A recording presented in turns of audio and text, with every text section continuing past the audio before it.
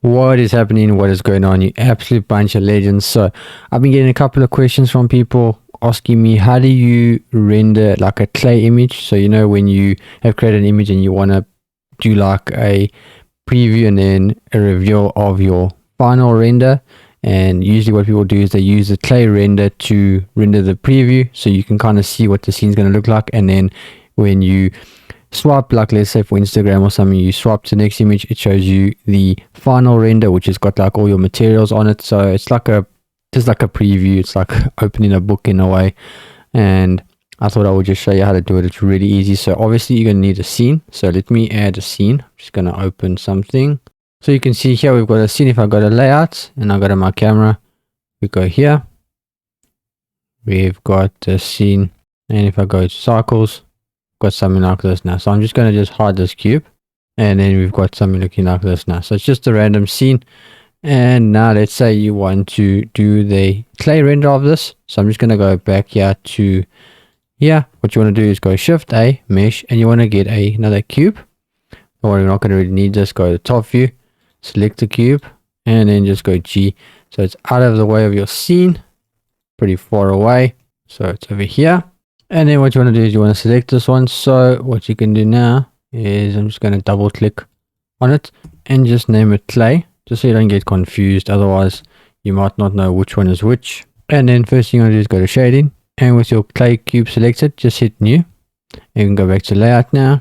And then what you want to do is go to your view layer tab, and you want to scroll all the way down to override. Click there. And then on the material override, you're just going to select your clay material. So it will be material 1. Boom.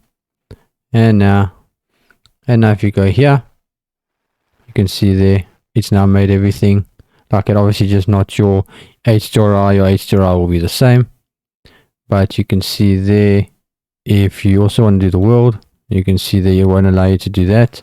So just know that it won't allow you to override your world. And then what you could do is you could always just add your own like sunlight in here. So instead of a HDRI, you could just turn this one off.